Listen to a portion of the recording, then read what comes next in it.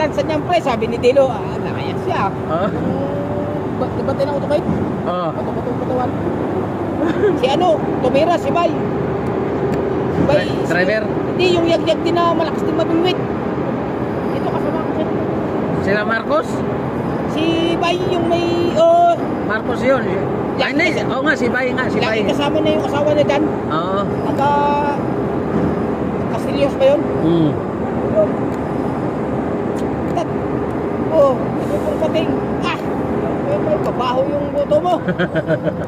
At kamera, yung isa, yung taga-road sa may yun, kapitbahay ko nagbabantay ng truck. Hinugasan niya, di ba hinugasan niya? Hinugasan niya ulit. Tapos ginawa niya yung kaliskis, binalak niyang ganun, tinanggal. Tapos ginanong ganun niya, hinimay-himay. Hinimay-himay. Binanatan niya ng gata, tapos nilagyan ng dahon ng sili. Madilaw-dilaw yung sabaw.